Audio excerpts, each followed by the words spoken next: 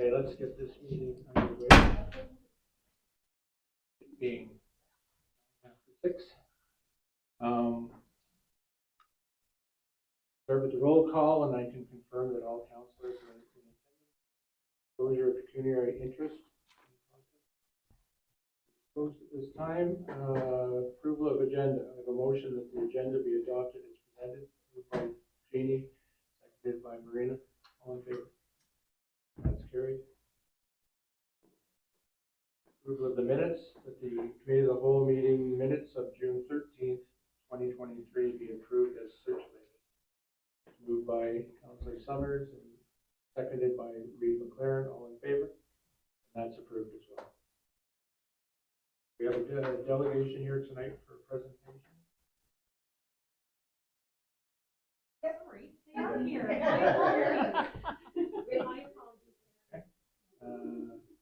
So a presentation on Planet Youth, Lanark County Steering Committee, Dr. Janice Gray and David Sompe, the Steering Committee Chair.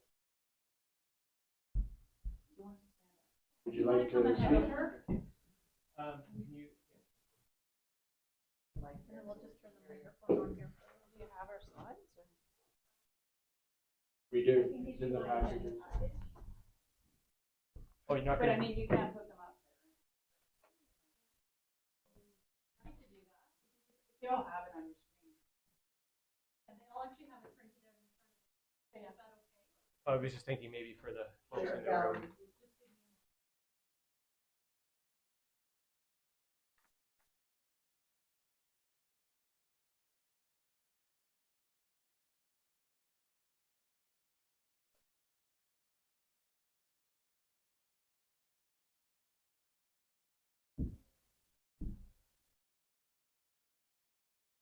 So we'll get started while this is warming up. Thank you very much for the opportunity to speak to you here tonight. I'm David Sompe. I'm chairing the Planet Youth Lanark County Steering Committee, and Dr. Gray is here. So we'll ask Janice to just give a few remarks about sort of the motivation, and Janice is why this movement came to Lanark County, how this project got started, and so Janice, go ahead. So, how many of you have heard about Planet Youth? So Planet Youth originally started in Iceland. Can you hear everybody? Yeah. There we go. Okay. So Planet Youth started in Iceland, and it is it's an evidence-based prevention model for reducing substance use in youth and improving mental health and well-being.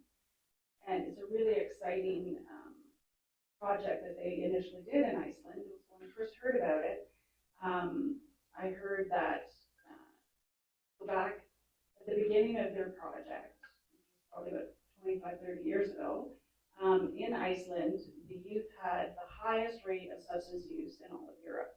So 42% of 15-year-old kids had been drunk in the last month. That was just one of their stats. But in Iceland, they have photos of Reykjavik. Of course, they have the long days in the summertime. So they have a photo of like wall-to-wall people in the streets in Reykjavik, mostly young people, drinking and partying and a lot of, commotion and fights and vandalism and all that kind of stuff. So people really wanted to do something about the substance use problem. So basically, they implemented their program, and it's a very gradual thing. It takes 5, 10, 15, 20 years to see these changes. But after 20 years, they went from 42% of 15-year-olds being drunk in the last 30 days down to 2%. And they now have the lowest rate of substance use in all of Europe. So it's just remarkable. It's just quite amazing. So I'm a family doctor in Carleton Place, and we all, as family doctors, really find it difficult treating youth mental health. We can give medication, we can do little things, but the problems are more systemic, I think, and youth need more activities, they need They need families to be more supportive, more involved. There's a lot of factors. And so that's where Planet Youth comes in, if you want to go to the next slide. So Planet Youth addresses 4 different spheres. Yeah, so as Jenna said, there are the 4 domains that Planet Youth focuses on are what happens at school, what happens at home in the family, peer group effects, and extracurricular activities. So as an evidence-based methodology, what the process is there's a survey that is done. In our case, it was done about a year ago, and every grade 10 student that's in Lanark County was offered the opportunity to participate in the survey. 70% did. So that's pretty great. And in particular, it's good because the survey was administered in our high schools, but it was during COVID. So if you had sniffles, you couldn't be at school. If you had, we also had, I think, 2 snow days the week. So 70 is pretty good. We were shooting for 80, 85, but 70 is pretty good. So we're going to show you some data in a few minutes that is extracted from those surveys, and I hope you'll agree with me that if you have 70% participation rate, you can rely on that data as being pretty representative of what's going on for young people. So these were grade 10s that we surveyed, and the idea of surveying grade 10s, which we're going to do on a recurring basis, is that the experiences that the grade 10s are telling us about is the sum of their life experience up to that point. As we get into the idea of developing interventions to try to change some things, to address what are known as risk and protective factors that exist in our communities, probably a lot of those interventions will be targeting much younger kids. But when they hit grade 10, we'll be able to see what the impact of that was. So if you go to the next slide. Oh, so yeah, sorry, just a little note says that this is a very science-based methodology. There's lots of peer-reviewed publications on it. So if you're into that kind of thing, you can go to the planetyouth.org and read about the academic study that underlies this work. But we're really here to talk about how we make it work on the ground in Lanark County. So there are 10 core steps in implementing the model, and you're really up to we're at step 7 right now. If you hit the next space bar, you probably get a circle there. So a lot of work is kind of getting ready to do it. Then you do a survey. Then you share the results of the survey with the community. Develop some goals, and we had a meeting on the 1st of June, which we had about 75 people attend. That meeting, 50 in person, another 25 online, and you pick some goals to work on. Then you develop action plans around that. You do your interventions, you do another survey, you repeat the exercise. So the idea is every 2 years we do a survey. We'll learn from what the next survey tells us, things that are working well, that are making a positive difference. Let's keep doing them. If we tried something and it didn't make a difference, and there's no sign of it making a difference, in 2 or 4 years, well, then maybe that's not the right thing to be investing in.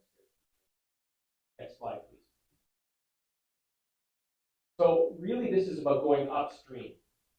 And this graphic is one that I found from a place in California, and there's sometimes you talk a little bit of a parable around this, around people seeing these kids being swept down the river, and spending a lot of time trying to help them get out of the river. And maybe that's what Janice just talked about. After somebody has developed a problem, a behavior, it's really hard to change that behavior. I can attest to that. I've been trying to lose 15 pounds my whole adult life. And sometimes I do it and then I come right back in. I'm at the peak again. So the idea is that if we go upstream, and if we can change the things that influence those behaviors to start, well then we won't have those kids falling in the river and going over the waterfall. Let's build that bridge so they can get from one side of the river to the other without falling in the river. And that's what we're here to do. So sorry, just go back. So in our June 1st meeting, we looked at outcomes that we want to impact. We want to see reduced substance use by youth. We want to see better mental health, and we want to see better physical health. So the goals that we landed on, which may be a bit of a surprise to you, are to address 2 things. our kids are not getting enough sleep. And not getting enough sleep is a really strong risk factor for all sorts of things that you're not going to, that you don't want to have happen to kids. And I'm going to show you, or we're going to show you a couple of slides that proves that in the data that we have. The other thing is that, so in the sleep, 70%, 69% of the grade 10 students are chronically sleep deprived in Lanark County. 69%. And that means they get 7 hours or less sleep. In grade 10, you should be getting 8 to 10 hours. Also, 33% of the grade 10 students said they don't feel safe at school. A third of kids don't feel safe at school. And if you're not feeling safe, maybe that has something to do with not getting enough sleep. There are other reasons for that. But those are two things that create lots of anxiety. If you develop anxiety, then you start going into other things which are not good. So that's why we have decided that in our initial upstream goals that we're going to work on helping kids get better sleep and helping kids feel safer in their school. And what we expect we will see, and there is lots of science we can point you to if you want to see it, that we will see a decrease in substance use by youth, and we will see improved mental and physical health by youth. Next slide, please. So here's the data that we saw. So you can see the percentage of kids that are getting 8 hours sleep or more is 31% versus 69 for 7 hours or less. Next slide, please. Now, this is really interesting. We are able to do data associations when we look at the results in reports. So if you take ask 100 kids who in Lanark County who get 8 hours sleep or more a night, if they're happy, and compare that to asking the same question of kids who get less than 7 hours sleep, you're going to find they're 3 times more likely to say they're happy if they sleep 8 hours or more a night. Next slide, please. If you ask the same groups of kids if they've consumed cannabis in the last 30 days, you can see they're about twice as likely to say they've consumed cannabis in the last 30 days if they've slept 7 hours or less. Next slide, please. This is looking at screen time versus sleep, because a lot of people think, the problem is our phones. And indeed, this chart, although it's a bit hard to read, bears that out, but it's not the only thing. If you look at the 2 candles on the left of this slide, that's kids who spend very little time on their screens. And the one on the left is almost no time on their screens outside of what they might do at school. And the second candle from the left is a half hour to 1 hour of screen time. You can see even in those groups, 50% of those kids are not getting enough sleep. So as you go to higher screen time, you can see a big association with, if you spend 5 hours on your phone every day, you're forfeiting your sleep on that. But there's some other things at play here as well. So we want to dig into that, and we want to develop strategies as a community to see how we can improve that. Next slide, please. So I want to talk a little bit about how we're involving youth voices in this. So we got data from the grade 10s, which is great. We have quantitative data. But there's also been some qualitative data gathering that's going on, and that's been largely conducted by a lady who works for the health unit. Shout out to our health unit for being very supportive of what we're doing here. Rebecca Shams is a health promoter and a youth engagement specialist. So she's been conducting engagement sessions with youth for a couple of years. There's a report that was done in conjunction with the Students' Commission of Canada, which is available on our website. That's an asset mapping report that talks about some of that. That was mainly done with youth centers, so a younger group of kids. Plus, in this last couple of months, Rebecca has been doing engagement sessions more around the county a lot with kids at Open Doors, and she's done sessions at PDCI and Carleton Place High School with a large sort of cross-section of kids, so not just grade 10s. So this qualitative data is coming from kids who didn't necessarily answer the survey. Next slide, please. So in her work, she asks questions. What makes your community a great place to live? What would you like to see happen in your community to make it a better place to be?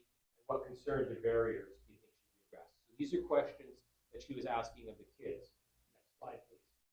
So what's great, you can read this, they're saying, there's some really great things with friends and trusted adults. They really like these ideas of having safe spaces to go to, and youth centers are very much part of that, and I know there's a great one here. They enjoy these variety of activities, and they very often said that they like outdoor activities, and they enjoy community events. Next slide, please. What would make it better? The concept of a safe third space comes up many times. It's a place where you can go and be yourself, but not necessarily have to have strongly programmed things, and that might be something that's a little bit more appealing to an older group of kids, because it's a youth center. It kind of does this, but youth centers tend to be frequented by younger kids, I think. Transportation comes up. The youth are saying they need better access to mental health services and more youth focused events in the community. Slide, please. Now, these are barriers that they've talked about, and these are some of the things that I get really concerned. Youth are telling us that drug use is a problem, and they're feeling uncomfortable by what they see. Vaping in washrooms within schools is a big issue. And I can tell you, I was at a meeting where the health unit has two people who are responsible for enforcing the Smoke-Free Ontario Act, and one of the enforcement officers said, when he walks into a high school, everybody's phone lights up. The kids know they're there. They're not vaping in the washroom when he's in the school. As soon as he walks out the door, they're back there again. And we're hearing stories of kids who are not comfortable using the washroom in their high school. They go find somewhere else to go because they don't feel safe there. There are lots of comments about racism, homophobia, transphobia, stigma. Lots of things where people are feeling not comfortable by things that are said in halls, at school. In general, what we saw in the survey was that kids feel a little bit safer in their community than they do in their schools, and in general, they feel safer at home than they do in their community, and lack of transportation. So that's a kind of a quick summary of what we've heard from you. Next slide, please. So now we're going to look at sort of some of the key school findings. So these are directly from reports which are available on planetyouthlanark.ca. There is a report for Lanark Highlands there if you want to see Lanark Highlands report. There's also a report for every other municipality across the county, as well as an overall county report. And this is the one that stands out to me, where 67% say they feel safe at school. That means a third do not feel safe. Next slide, please. And that's a comment that your report is available. So what are the next steps for what we're going to do? We see this data. In our June 1st meeting, we felt that addressing feeling safe and better sleep are things that we can make a difference in, and they will make a difference in kids' mental health. So our goal now is to form some coalitions around dealing with these issues. And I'm going to be sending out a save the date fairly soon. We hope to have a short meeting early in September at kind of a coalition building training exercise, and to start talking about some of the kinds of things that we could build into action plans. We have some thoughts about those, which I'd be happy to talk about if you want. Before we get there, in mid-August, we're hoping to organize a youth summit, which again, Rebecca Shams, who I mentioned earlier, is going to be taking the lead on that. We're hoping we could have 50, 75 youth from across the county to gather in one place and dig a little bit more into the data and get some more strong recommendations from youth on that. The concept we have right now is that will be happening in the morning, and then we have a barbecue and invite anybody to come and hear the reports of that. So I'll make sure that I circulate that information as well, and anybody will be welcome to come along with that. We're looking to build a youth advisory committee, so we'd like to have youth have a permanent place at our table at the steering committee of Planet Youth Lanark County.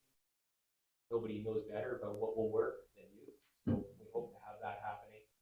And I can tell you that we're also looking to searching for funding to hire a coordinator. Right now, we are 100% volunteer. I thought I was semi-retired, but all I've done is I've replaced my paid work for this over the last while. not complaining too much about that, but we are gated by our ability to have somebody whose job it is to move this ahead. And there are opportunities perhaps to partner with Leeds Grenville, because there's some interest in adopting Planet Youth in Leeds Grenville. So we're starting to talk with folks about how maybe we could partner with that and have a Lanark Leeds Grenville initiative. But we're well under the way in Lanark County. So the next thing really is to develop those action plans.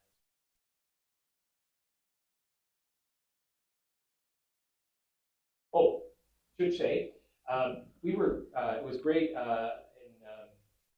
in third week of May. The president, there was a state visit from Iceland to Canada. So the president of Iceland was here, and First Lady. And the First Lady grew up in Ashton. Her name is Eliza Reid. They quite often come to Lanark County, and in fact, they very often rent a cottage and here with their kids. So there was a round table that was organized that I had the honor of speaking in front of the panel. Janice was here, and we had 3 youth from Lanark County who came along, and there's their picture. And if you can't see it very well in that picture, but standing behind them in the middle is our Governor General. To her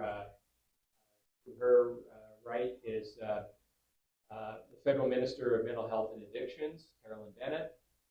To her right is Rebecca Shams, and then to the far right is Eliza Reid, First Lady of Iceland, and the gentleman kneeling down is the President of Iceland. It was very, very cool. They were introduced. The panel was moderated by Dr. Teresa Tam, Canada's Medical Officer of Health, and Dr. Tam, recognized the presence of these 3 youth from Lanark County in the room, and 2 of them had brought along statements that Teresa read on their behalf. Once the panel was over, I almost got knocked over because the Governor General was going over to see them. They weren't interested in talking to me; they were interested in talking to these young ladies, which was pretty cool. So it's a great day for them. And 2 of those young ladies, spoke at our June 1st meeting. They stood up in front of a room full of 50 people, another 25 people in line, and speaking in public is the scariest thing that a lot of people do. They were terrified to do it, but they did it because they said they felt it was important. If they didn't do it, who would? Thank you. Thank you very much. Any comments or questions? Thank you, Chair. I just wanted to say my day job is an elementary school educator, and those stats are quite shocking, but I can say from the front lines that they're very true. I thank you for all the work that you're doing. I look forward to your safe visit. Yeah, I would just add to that, I may be the only one here with 2 15-year-olds in grade 10. I hear about the safety issue all the time, and it's 90% about drugs. And the frustration is they can come in and name every single person who's dealing drugs in their high school right now. Nobody does anything about it. They can name every single one that's in their vaping. That's why they don't feel safe. That's why I've got one child who wants to leave school at age 15 because the authorities won't do anything about it. If I may, I've heard that, and very frustrating. I get that. The goal of what we're doing here,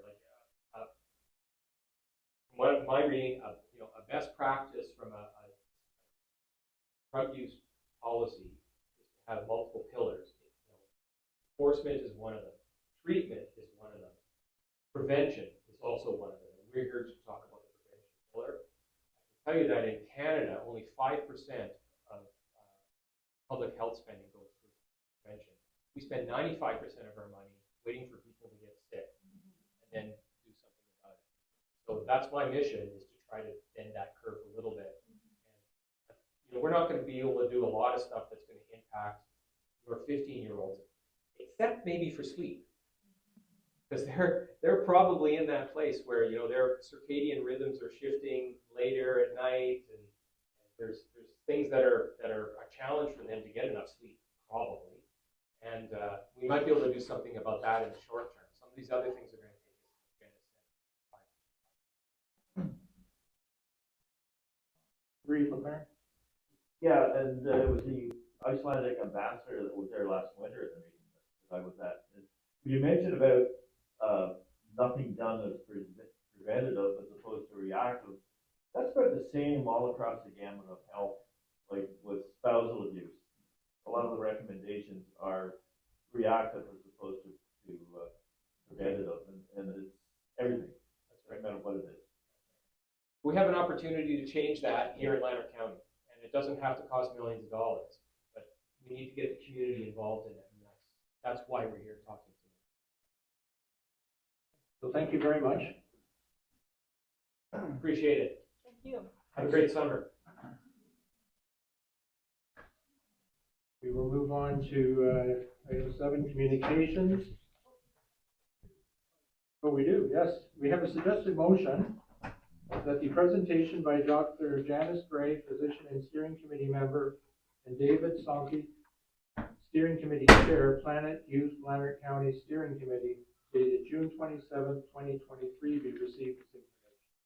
That's moved by Councillor Summers, seconded by Councillor Kelso. All in favor? That's approved. Thank you. Thank you. We're on to communications. We have 3 letters, including a wonderful letter from Kathy Green. Anybody want to pull it? Okay, it's pulled. Who wants to start first, Jeannie? Thank you, Chair. Yes, wonderful letter from Kathy Green. I spoke to this a lot during election time. We have a wonderful report, the Waste Master Plan, that's been sitting for a bit. My view on this is we have an opportunity here to take someone up on an offer to lead a committee and really get the ball rolling. And I would be 100% everything she does. And Councillor Kelso. Marina beat me to it, but exactly the same thing. So when we first talked about doing the master waste plan, I went back and read, and at one time we used to have a committee. They did a lot of work when we went to the integrated waste management system.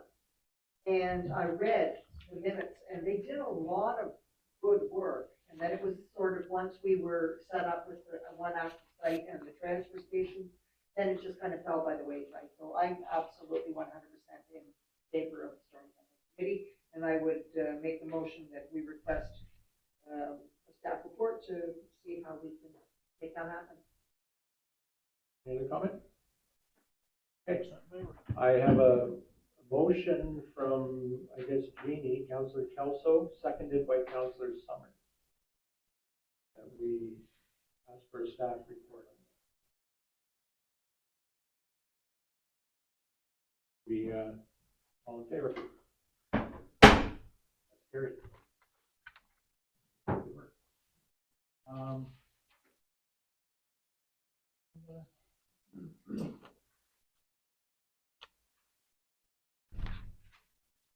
We are at community services. Oh, I'm sorry. Yes, thank you. I have a motion to accept the communications dated June 27, 2023, be received as information. That's moved by Councillor Kelso, seconded by Councillor Summers. All in favor? Community services. Chelsea Rath reporting on committee's terms of reference review.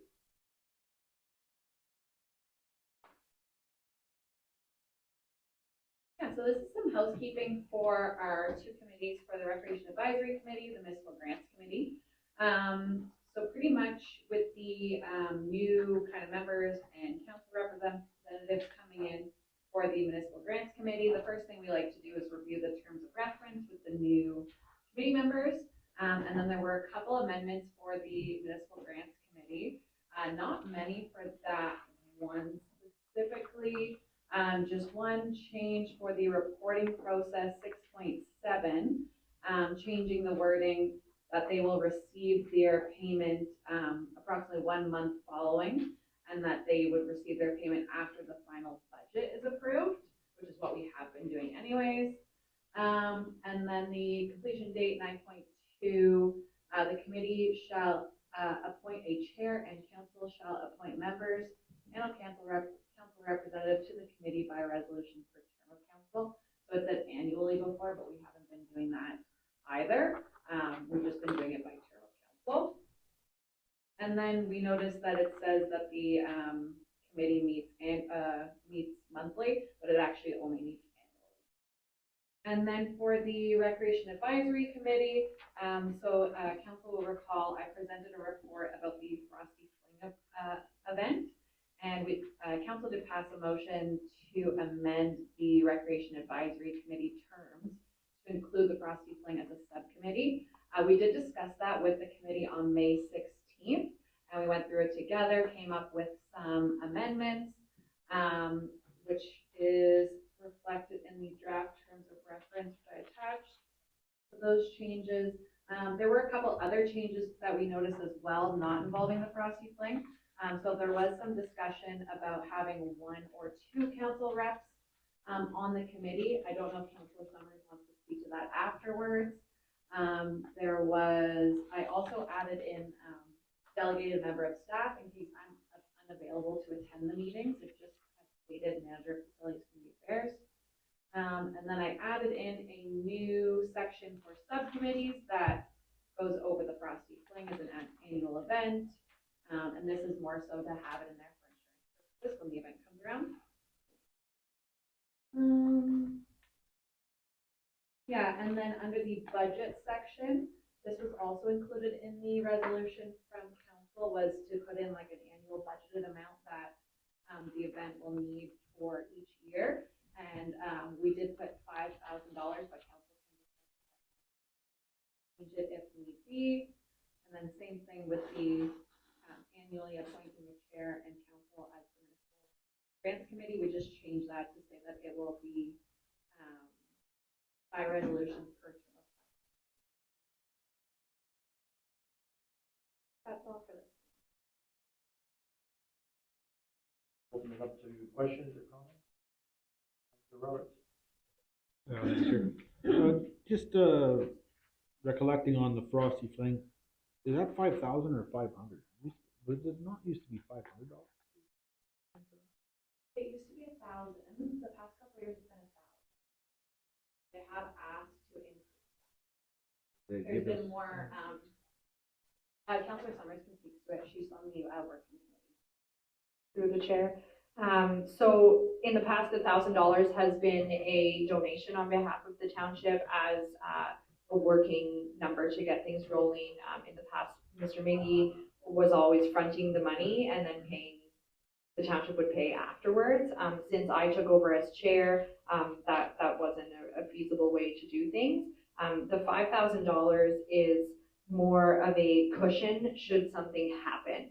So I really felt that it was important that this event be a township sanctioned event without insurance or liability being held solely on a community member. So that's what, in the past 5 years, the total cost of the event has been roughly $5,000. So that's, in the last 5 years, we have always made a profit in a small margin from the event. So I personally don't feel that this would be $5,000 that needs to be spent every year annually on the event, but I do think that it should be a working number that the event can work through to put deposits down, etc. Of course, with those numbers and financials being transparently through reports afterwards. Marina, does that mean that the 5,000 would be replenished as the revenues came in? Absolutely, yes. That's my goal. Yeah, so each year there's sponsors for the event, and it normally does end up paying for it, but I think we were thinking that just have that in there in case one of those sponsors pulls out, or you never know what could happen. I'd forgotten that Mr. personally paid for it. Yeah, I was going to add to that too. The other thing could be like a bad weather event, like the comedians we had. Probably a lot of people paid that night. And if it was a bad weather event, nobody went. Well, we still have to pay be another thing for a cushion. So, Councillor Summers. Thank you, Chair. I just had a couple of comments. The first one being on the municipal grants.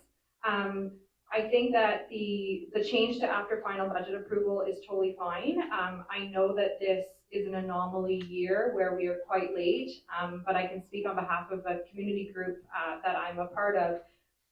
Some community groups really bank on this funding, and it's tough when we're looking into August, September, and some events may or may not have been able to happen because our budget's not done in a reasonable amount of time. So I just think that's important to think about when it's a lot of work to put towards a grant application, and I think we just need to be cognizant of that. That's just a comment. And then for the rec committee, I can speak to the one or two council members' thought there. So this, we had a really good deliberation in the rec committee about this, and there's a lot of passion and excitement on the committee right now to do more things, to spearhead some more community events and such like, not just the Frosty Fling. And I personally was finding it a lot to be the only person on the committee that's sort of that township side. So I wondered if anyone else, what council felt, and if anyone else was interested in being a part of that, because I can't do it by myself to spearhead these events. So that was where that idea came from, and I would look forward to your comments if anyone else is interested or what they thought. And then just to speak to the budget piece, the $5,000, I do think that more funding is necessary on the rec committee if we are going to work towards more community events. So I think that we should be looking at more events like our neighboring municipalities do, not just the Frosty Fling. So I don't have a number on the top of my head right now, but I think that a budget number not just associated to the Frosty Fling would be appropriate, with the mentality that it would be a rotating budget line. The goal is not that it's taking out every year, it's that we're working with sponsors, we're developing those community partnerships to have more events and community engagement.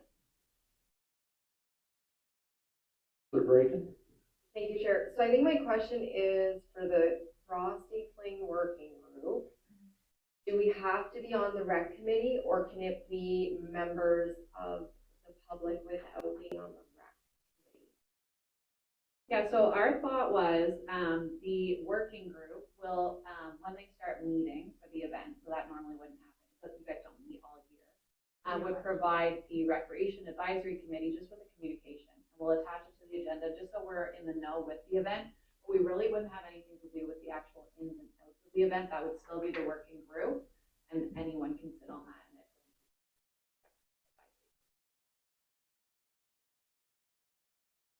Okay, so we have a suggested motion.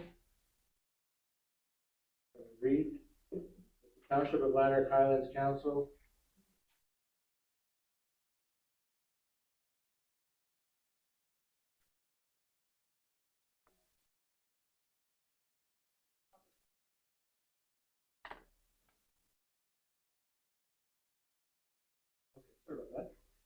that council agrees to the recommended changes to the terms of reference for the Recreation Advisory Committee and the Municipal Grants Committee, and that the appropriate bylaws be brought forth to the next council meeting of August 8th, 2023.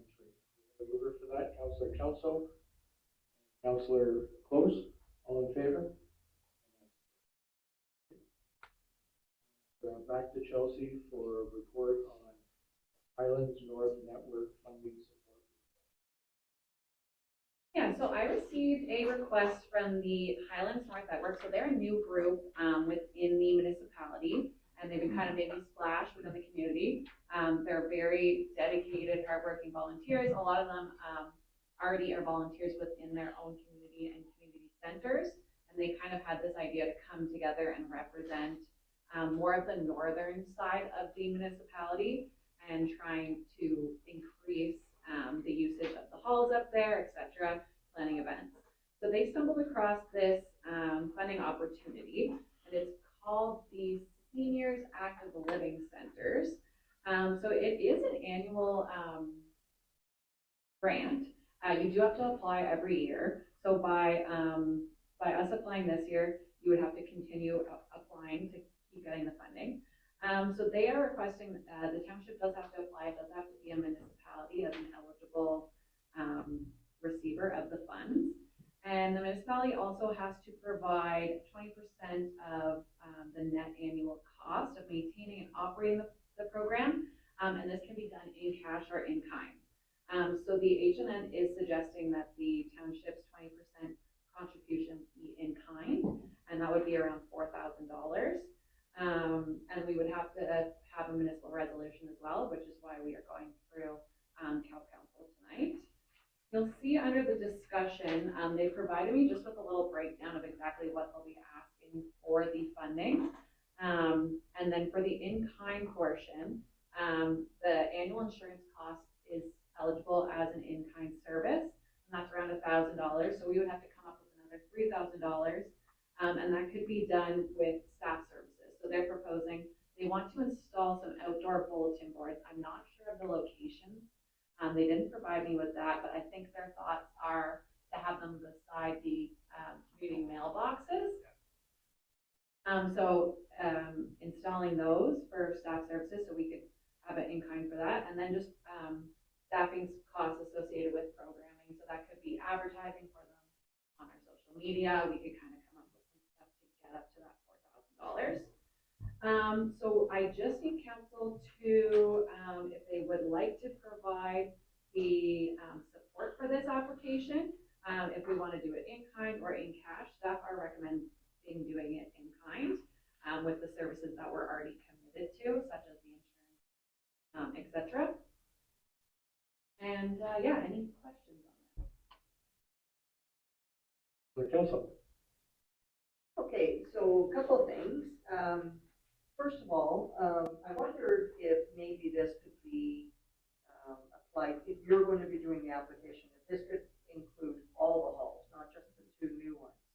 So I know that Watson's Corners, the seniors, they play shuffleboard, they do exercise class. I think Mira does something with seniors. So if the grant is for seniors, why wouldn't we include all? Next question would be, I looked at what their cost would be for their budget, and the first thing that stuck out to me was color printers and outside bulletin boards. And printers, my way of thinking, would be a capital expenditure, and I don't know whether that would be qualifying under the grant itself, because I haven't seen the grant and what the criteria is, but that was a question I had. And then the last thing, and actually the comment in the letter, when it says you know, we won't have to do much fundraising, that kind of made the hairs on my neck kind of go up. And I just think you always want to still be doing fundraising. You don't want to just assume that because you're going to get a grant that, you know, you don't have to fundraise. Because half the time the fundraising is where the camaraderie and the volunteerism comes in. So I just thought that comment kind of stuck out like a red herring in my estimation. But, so just curious, Chelsea, if all the halls could be included in this. So originally they wanted all the halls. There is a stipulation in the call for proposals. I tried to attach this for you guys, but they have it locked. But I can send it via email to everyone just to review quite lengthily. But there is a clause in it and essentially says that all of the buildings have to be accessible. I think their thought was to start with South Levant and Tatlock because they were the most accessible. I believe, yeah, programs must be accessible. Applicant and programs are in compliance with the accessibility for Ontarians, including providing programming in accessible. So in response to that, Watson's Corners is accessible. They have the ramp. It is accessible. And they do a lot of senior programming, more so than Mira. And I don't know whether Mira is actually accessible, but Watson's Corners is for sure. Mm-hmm. And one other thing, when you were talking about those bulletin boards, so it's something in the way that we did before with those. So we have one at the the landfill in McDonald's Corners that is not being utilized. So I think that could be relocated and repurposed somewhere else to utilize it, because it's really just sitting vacant.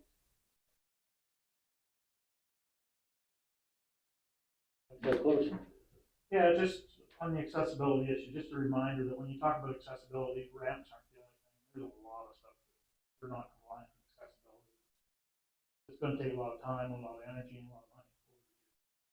If we're gonna get all our facilities up to accessibility standards. I'm in favor of this because when you have a group of people that are willing to do the work and are energetic and are engaged and getting the community involved, I don't want to do anything to derail that. So I like what their efforts are and what they're trying to accomplish. And it's only a start, but once we get started, we can start building from there. So definitely in favor of it. For Summers. Thank you. I am also in favor of this request. I would just like to make a comment, and Amanda, if you can correct me if this is an appropriate time to do this. I think that more and more community groups are finding grants and researching grants, which is wonderful. If we can get some free money, that's amazing. I just wonder if I think it would be appropriate for us to bring a grants policy to the township so that we can have some parameters around the grant that's being applied for, because it does take a lot of staff time to do this. So I don't know if now is the appropriate time to ask for that to come in the future or a different time. So I think that staff echo the same sentiment in that they really do want to be able to provide that type of service. I think that, just like the environment committee, we are short in staff, and until we can get some resources into place, I think that's when we'll begin to really start to flow with those types of policies and the ability to, and stuff. And I know it sounds like a catch-22 in a sense because, in some essence with a grant, you're getting money. But right now with the staff resources that we have to pick and choose, and not to say it's not a priority, but we really have to be careful about what we're committing to because already we're trying to get through the day-to-day, very quick and fast manner to try to address everything that we can. I think that in future it would be great, if council wants to make the motion right now forward, that will come, but the staff will be looking at prioritizing that report also in time.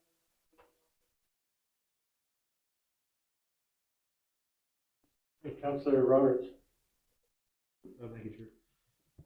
I was just looking at the overlay on top of our community centers, and I'm not sure what the relationship is going to be with the community centers, but I know our community centers, they're running on about $1,500 worth of grants every year. A lot of that we use in their maintenance for buildings and stuff. So is there a possibility that, much the same involving all the halls, of providing funding in excess of $1,500 for the halls, and that funding could be used from the halls of these two, South Levant and Atlock, but that we would make it equitable for the other halls as this starts to take off, or if they want to increase it to other halls, but give the other halls some funding as well, because some of the things that they want here are basically, your printers and supplies and bulletin boards and platform machines. Those are all things that basically are inside of those buildings. So is there a feasibility to incorporate this so we don't have another body that's inside of the community?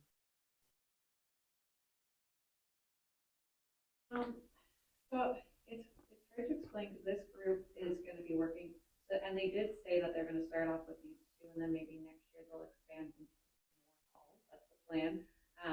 It's just they wanted to kind of start off small, which I did recommend. At first, they were going to go for the full funding amount, $50K, and then because it's the time crunch and everything, I'm like, just start off small, like get your feet wet kind of thing. Start off at a couple halls, and then you can kind of grow from there. As for the other questions, I'm not 100% sure. Yeah, they just provided me with this breakdown for what they needed. I didn't really ask too many questions. They'll be doing the entire application themselves. I'll just review it before submitting it and give them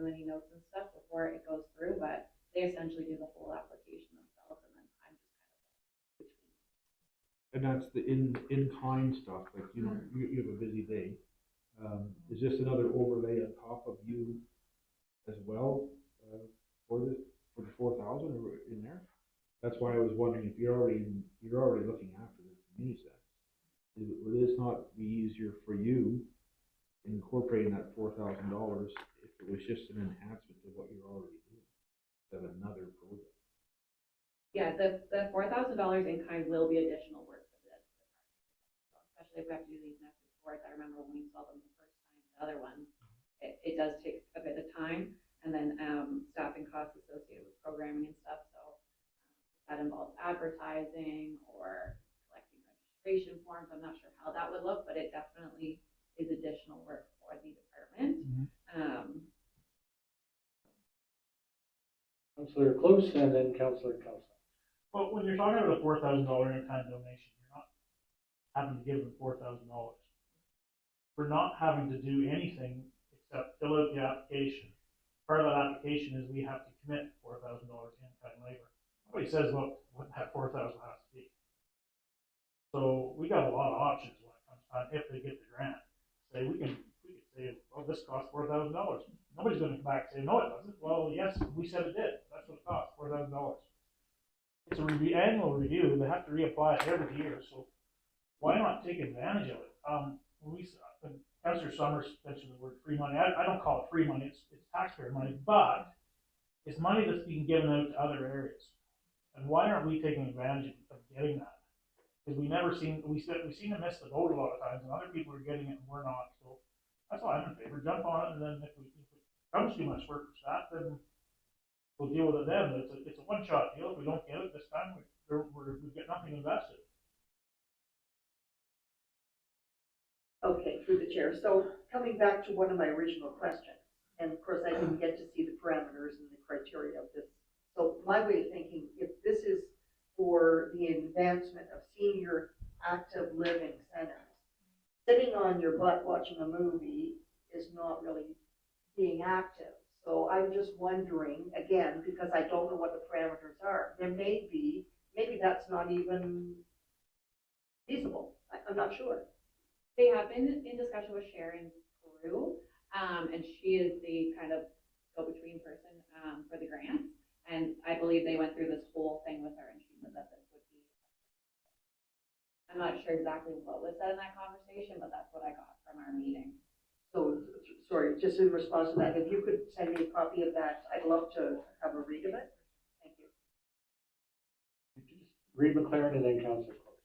Yeah, I would say for the movies, that's getting the person out of the house, socializing with other people. My mom has kind of dropped away from that, even though she's in a home where there's a whole bunch of people supposed to be able to go back to her room. So that is critically important for seniors to socialize, help some mental well-being and so on. So I'd say that's quite an important part of it. Yeah, and just to follow up, they did do a survey. They set this information out and had a checklist of things.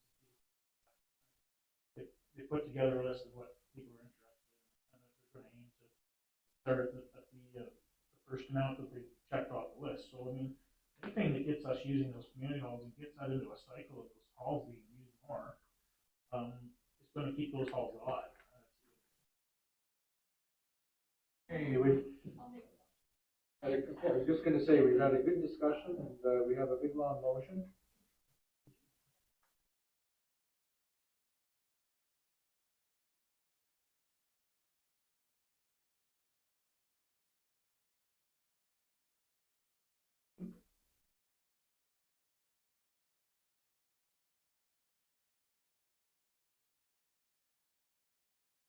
Okay, so we have a motion that the Township Lanark Highlands Council commits to providing the Highlands North Network 20% of the net annual cost of maintaining and operating the SALC program in kind for a total of $4,000 for the 2023 application.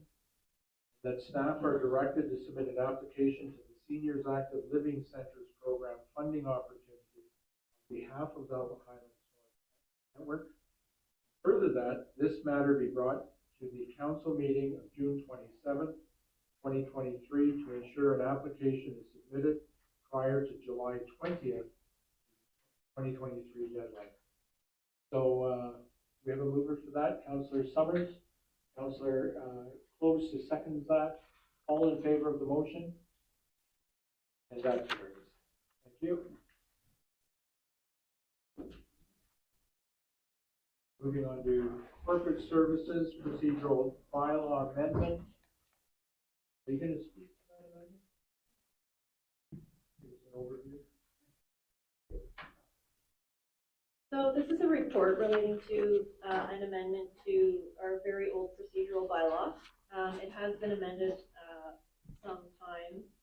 multiple times over the years. So basically, the proposed amendments were to address procedural areas of concern that staff have understood from members. So the amendments include, in the definitions section, just bylaw numbers associated with policies.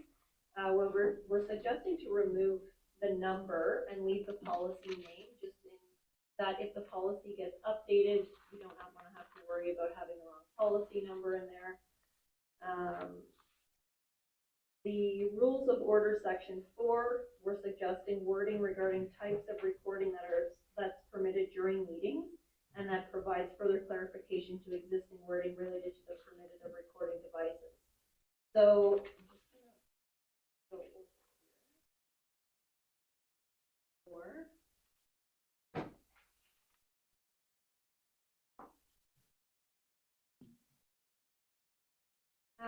So, you know, some of this is deriving from, we've had COVID, we looked at things, how the world changed and how we went to electronic meetings and so on and so forth.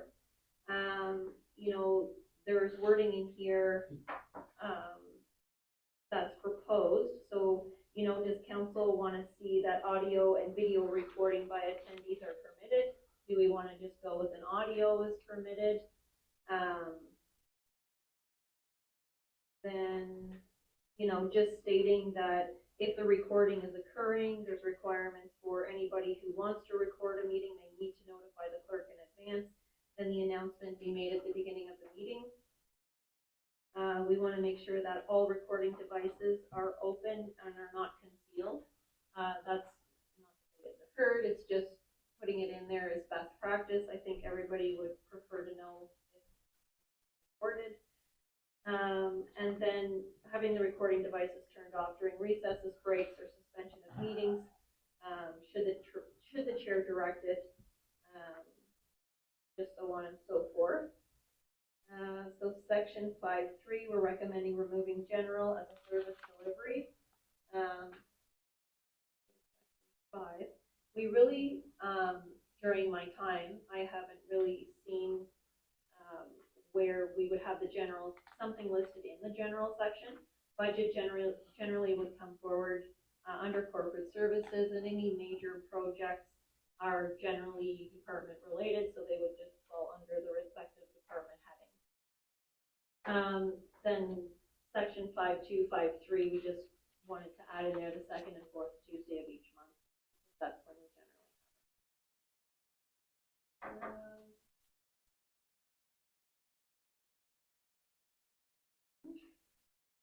Is this what council committee prefers, is to walk through this, or do you just want me to do a quick summary and then ask questions? What's your preference? Two questions. Quick summary and then questions and comments? Yeah. Quick summary, okay, yeah.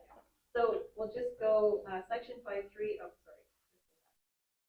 Steering subcommittee section, we included the wording to the effect of inclusive of the meetings being scheduled outside of regular office hours. So I think right now what's occurring is the member availability of the committees has changed over the years, and it's not always, we're not always able to have the meetings during office hours. So this is just putting it in there that should that arise, and if the member and staff's availability can be completed after hours, that can occur.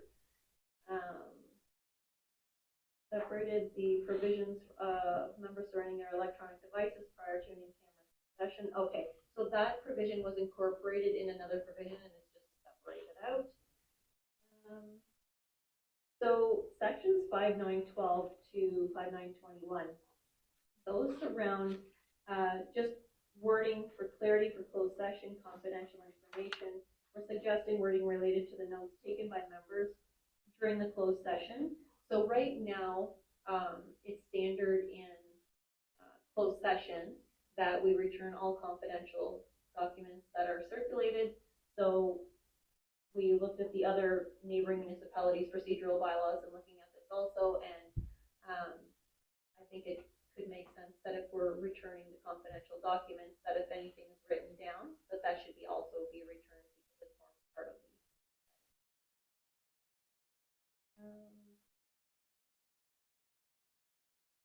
Yeah. You change the provision of confidential documents being returned to the clerk, agendas and minutes. Okay, so there are provisions right now that the agendas and minutes of closed sessions are circulated on the website. So that has not been done in years.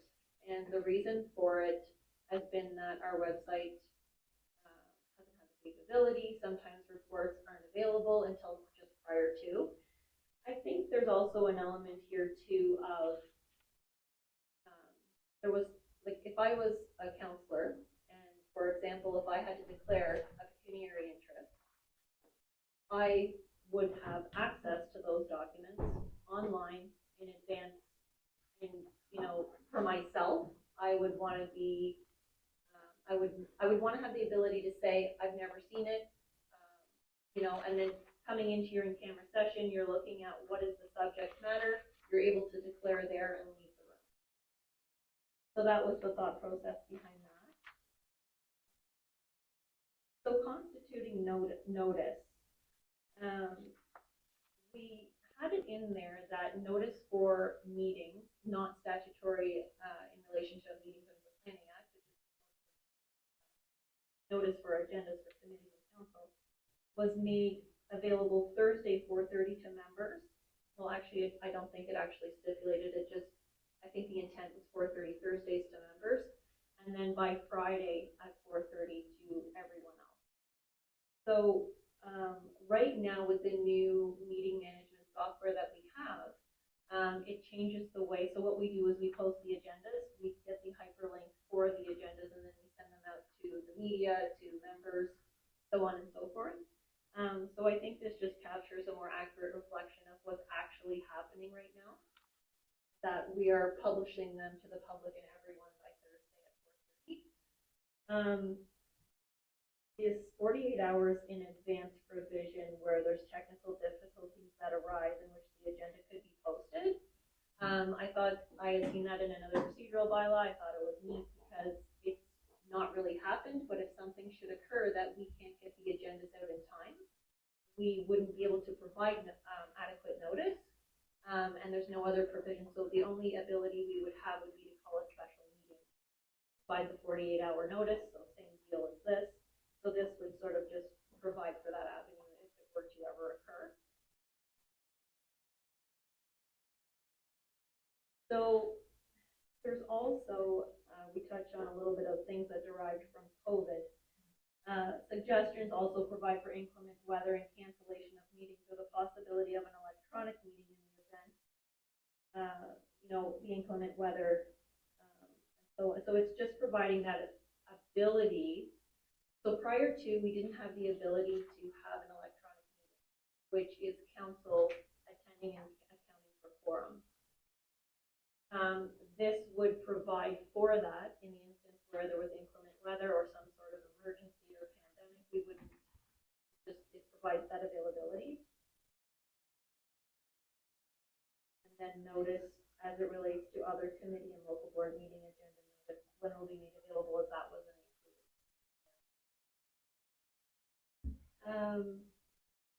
So during the pandemic, the procedural bylaw was amended to provide for members to participate in electronic meetings, and conference call line was established to allow the public to listen into meetings.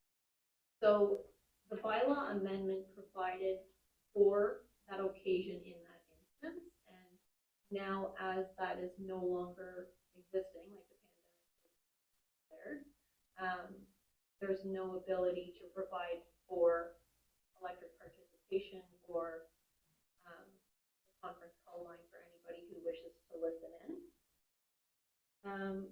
So that section is a little bit twofold because one aspect provides for electronic meetings in a specific event, and the other provision provides for hybrid attendance, which is under a specific circumstance if somebody broke their leg or a cough that was as vicious as I don't know what, and so it's just for those types of instances. It's not so.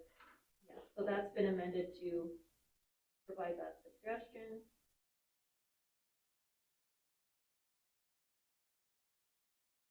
So we have heard feedback that the conference call line during the pandemic being declared is gone because it no longer exists, and we have had feedback to the effect where, members of the public, it would be nice for them to still be able to call in or somehow listen in to the meeting.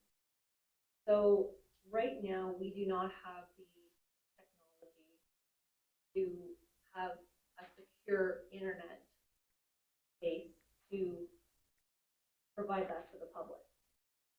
The other thought behind this was when we think about the residents of Lanark Highlands, and I know, don't get me wrong, I understand that live stream and stuff like that is the way of today, but when we think about the residents of the entire municipality and what service they have as the most guaranteed service, that's phone line.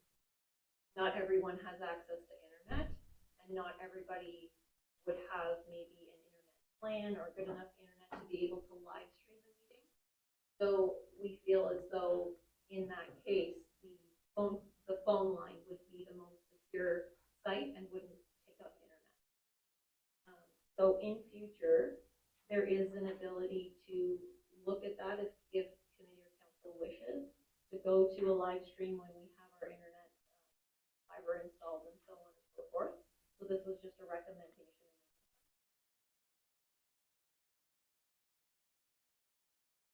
So land acknowledgement. This is something that hasn't been brought up yet, and I'm hoping, if this is something that council wishes to include as part of the agenda, or maybe defer it for now until we can get a staff report on it, as to whether or not council wishes to incorporate that into the agenda, and is it going to be at each meeting? Some procedural bylaws, we've seen it at the meeting in January, some have been at the inaugural meeting. So I don't know if that's an item today that we want to incorporate in the agenda or defer until we can bring a staff report with a proposed acknowledgement, or if council wants to make something often.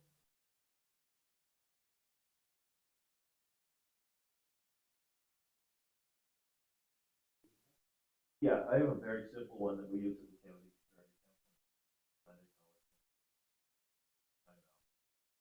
It touches all bases and still is very quick. If you can forward that to me, and I can incorporate. Oh, okay, well, whatever works, yeah, that'd be great. So there was also a suggestion to remove the questions and comments section from the council agenda. I think the idea behind that is there are many different avenues in which the public can communicate issues or questions that they have to council and staff at any time. I think it also allows, some questions we can answer during the meeting, but a lot of the questions we're not prepared. We don't have the information with us, for example. So that was a suggestion. Notice of motion, we've had that come up in the past, so there's suggested wording surrounding, how that gets brought forward and put on the agenda. Oh, so the staff recommendation, or the recommended amending the existing provision regarding staff department heads attendance. So it was written in there that they shall not attend unless directed. I think that we've sort of moved away from, if you have a report, the treasurer's a bit of the anomaly because that position can touch on various departments. rather than standalone. So we were just recommending that they attend the meetings as required, which is what's occurring. Declaration of pecuniary interest, just really simple amendments to include conflict of interest in general thereof. Delegations and presentations. So we have had amendments to the procedural bylaw that relate to delegations and presentations. And the feedback that we received is like, we would like to be able to go back to permitting delegations who wish to speak, not about an item on the agenda. So there's suggested wording in there, if that's what council wishes to incorporate. Otherwise, it would stick to an item on the agenda, and we can work around that wording. Just some suggestions.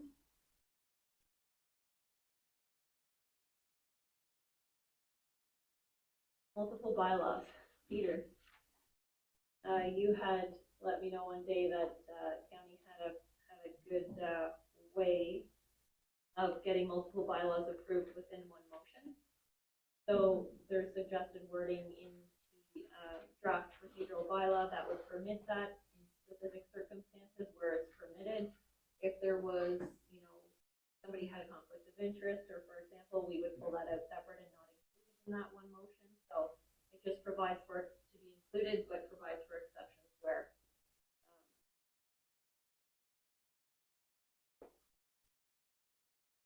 And then again, just simple stuff, CAO clerk, position of standalones where applicable, renumbering, and then providing notice. So part of the recommended motion this evening is that the matter go to council, and it's for the purposes of issuing notice, because we have 14 days. So if council wishes not to do that, we'll bring this back to council on August 8th, I believe it is, meeting. And then we would have to issue notice, and then so we would be looking at the first meeting.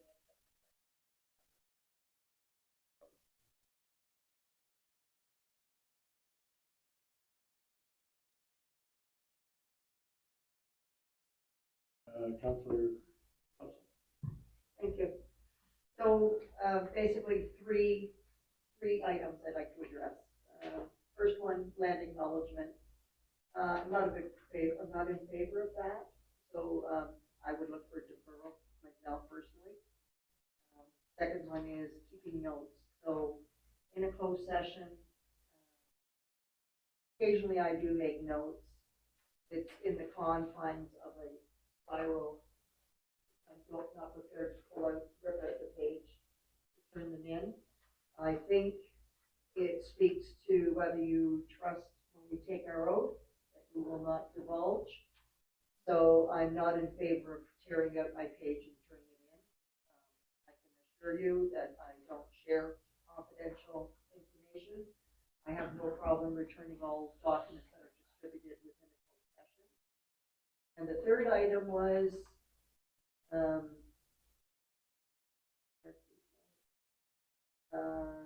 I think it had to do with the, and you kind of touched on it, the public having comments and questions.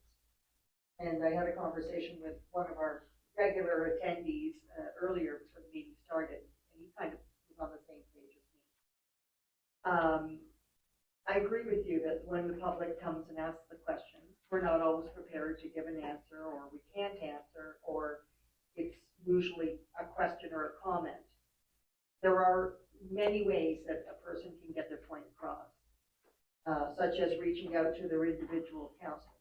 So if somebody, let's say, just hypothetically has a comment at the end, and they ask a question and they make a comment and they're not satisfied, they can go to their individual representative, discuss it with them, put an email or some sort of written request into the communications program of the agenda, and then that council representative can have it drawn out, and discussion can happen, and if a report needs to come back, then a report can come back. So while I don't want to make it sound like I want the public not to have an opportunity, I think as you had stated, there are many ways that the public can have a say. And the biggest reason I'm thinking is it's always at the end of the agenda, and I don't know whether people here realize that sometimes we have meetings that are 3 hours. When you get to the third hour and somebody's asking a question and everybody's getting punchy because they've been in here for 3 hours and they're tired and they want to go home. So, I mean, is it really necessary to have it in place? No, there are other ways that it can be done. Councillor Summers. Thank you, Chair. I have a couple of notes that I've made. I'll just go through in order. First is recording of meetings. I personally feel that it's in due time that we should be doing our own recording of meetings. I realize that there's some IT and some functionalities that need to happen there, but I think that should be put at the top of our priority. I think that video would be ideal of live streaming, audio at the very least. But I think that's something that we should be doing in-house very soon.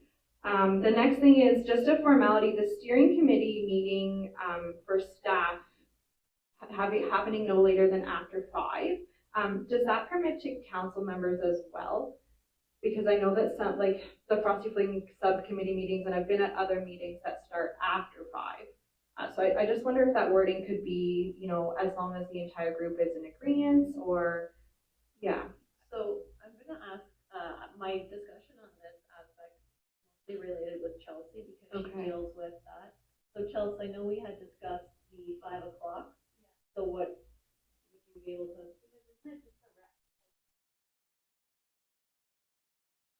What section is that? It is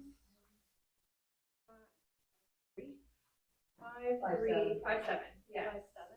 Yes, as long, I guess I'm just clarifying, could the working group work at their own time? So it's more just for staff, correct? Just for Perfect. steering and subcommittee. Yeah. So that would still include the group you're talking about. No, the working committee is separate. Right. Yeah, okay, so it's mainly for staff, perfect. My next comment is the committee agendas. Typically, I can only speak to the rec committee, but typically we were following the same protocol as council. So the Thursday before, I know Chelsea's usually on it, but I just feel that the week might be too far in advance. I think that, you know, the couple days, the Thursday before the meeting is appropriate, but that's just my personal opinion. The next one is land acknowledgement. So this is one that I've been advocating for since I was sworn in. I'll speak to my reasoning very similar to the Planet Youth people. If one person in our constituents would feel more respected and inclusive of this statement, I think that it's imperative that we do it. I think that it's in due time, and there are many ways that you can do a simple comment, and I think that it's important that we're being respectful and inclusive. My next one's on questions and presentations.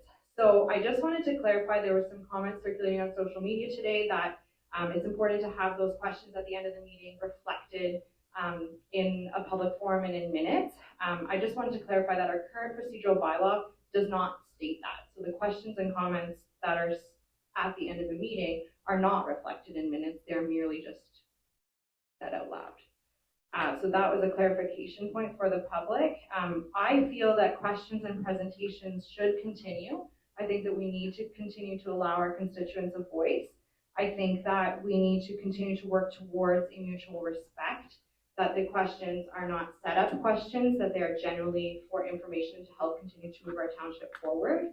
My genuine feeling is that if someone has taken time out of their day to plan a presentation or to come with a prepared question, then we should absolutely be honoring that. I just hope that we can get to a point of mutual respect and genuine trying to move the township forward. That's all I have. Councillor Close. Thank you. Okay, I'll take mine one by one. First of all, as for the land acknowledgement, no, I'm 100% against it. Before I get a bunch of hate mail, I don't know what part I am of Algonquin, but I do have Algonquin blood in me, but I don't believe saying the acknowledgement before. We all live in the same land, and it's Canada, and that's where we're living right now. So, and questions. Okay, here's my issue with the questions. Questions and comments at the end of a meeting. and it's not been used. It's been used by the same couple of people. That's the only couple of people in my now 5 years. 3 years of that being unfortunately with COVID, so there was no questions. But it's pretty much the same 3 people. Generally, they have nothing to do with anything that was on the agenda. Myself as a councillor, I don't get to stand up and ask questions about something that's not on the agenda. Bring forth new business. That's not part of our procedure. It's not fair to staff. It's not fair to council. It's done for political grandstanding reasons. I know it is for a fact. I have no issue with you asking a question about something that happened on the agenda during the council meeting and say, look, what's the issue with this? Can you clarify your position on that? Or perfect question, because we may get some questions that, you know what, we didn't actually think of, and that's good for the public to say, but it has to do with something that's on the agenda. We should be, I agree with Councillor Summers, looking after our own video, do the audio, whatever we have to do, but that has to be done in-house. I checked with other municipalities. Most of them don't allow it. They will allow audio recordings. They do allow that, but they do not allow video. So if we're going to do it, it should be done by us. I think we can do it. I think we've got money in the budget to do that.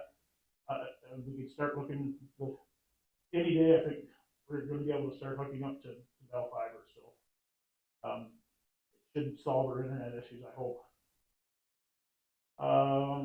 Councillor Kelso about talked about the notes. I don't think we should. I understand her positioning, but we're turning in the document. Why would you be able to write notes from the document and then keep the notes? Doesn't seem to make sense to me. You could write down the most sensitive information that's in there, write it down as a note. And I'm not accusing anybody of doing anything. I think it's, in honesty, in order to be fair, you should, if you're going to turn in, unless you want to keep the documents and keep everything, then I don't see why you'd be able to keep your notes. Delegations. Okay. I don't understand how we get a delegation to council if it has to be about something that's on the agenda. How can you put something in 10 days before because you don't know what's on the agenda? Somebody can apply for a delegation, doesn't mean they're going to get one. And I mean, that's up to staff to consider that, say, look, is this relevant? Have we heard this before? Is there any new information? If there is, and it is relevant, then decide. I understand where staff's coming from because they get bombarded and they take a lot of abuse from people. And take a lot of abuse online for people that's not warranted. It needs to stop. I mean, I had somebody send me a note tonight. Saw all the comments online, said, I don't know how you guys do it. But you and I are politically not aligned, but I don't support the stuff that's going on. It seems to only happen in this township. It is frustrating for everybody to have to deal with it. There's a ton of misinformation put out there, and I don't know if it's put out for whose benefit, but it has to stop. We're all trying to work towards the same goal. People are trying to advance the township. We know we've got issues. We've told everybody what the issues are. We're trying to move forward and work through those. And we need the support of everyone to do that. We're going to make mistakes, absolutely. We're only human.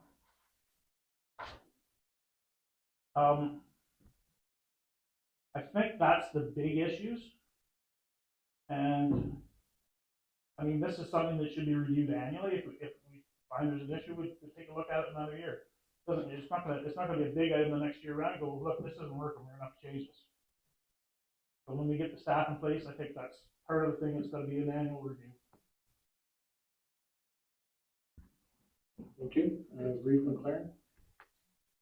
Yeah, a couple of things. The land acknowledgement, I don't have a problem with that. I've been doing it for 6 months now, 7 months now for the county, and Bill can confirm it's a very short little bit to do. The electronic meeting thing, I'm just not sure if there's in there a reason for not having a meeting at all. Because at the county we have it that members can participate electronically, but we had that ice storm. So the county, there was 4 or 5 of us at the county building. They got an automatic generator, but the power was going out everywhere.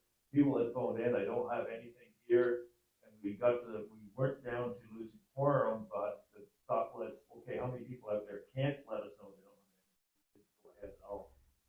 That would be one reason for not having the decision we made before the meeting would start. The questions from the public, My problem with it is you get an answer, you don't accept it, and you think it's a debate. It's not a debate. That's why I'm not in favor of the question. It's not a grandstanding thing. It's, don't, I think it was Maria said something about a question on something, and that would be okay, and then on the same extent. But, I mean, it's been a grandstanding thing for this last while, and somebody doesn't accept the answer they get, or maybe the answer isn't here, or right away. Accept what you hear and move on. Okay, thank you. Councillor Roberts? Thank you. I have some things, and I think we should go slowly on this and get some public input, because, I mean, how we run our meetings and what we're open to observation is a big part of our transparency. And I think transparency will fix a lot of problems with misinformation and things that are out there. Rumors circulate because we don't have enough valid factual information out there.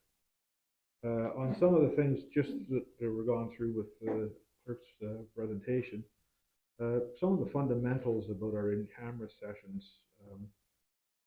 like when the agendas go out, and I've spoke to this a few years, when the agendas go out, it shows us moving to go in camera, and we have a pre-populated motion.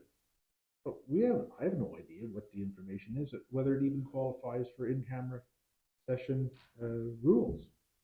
So a lot of that stuff, you know, it made sense to have the information coming out to council so that we could agree that, yeah, this is sensitive information, because it's supposed to be protecting confidential stuff. It's not supposed to be secrecy.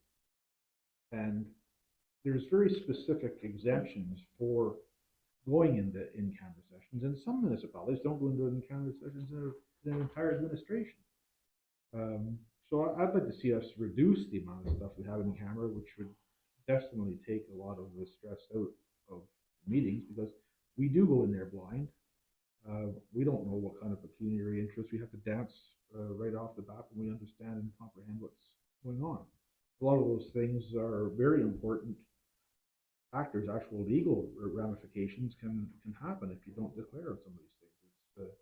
It's an awkward situation at best.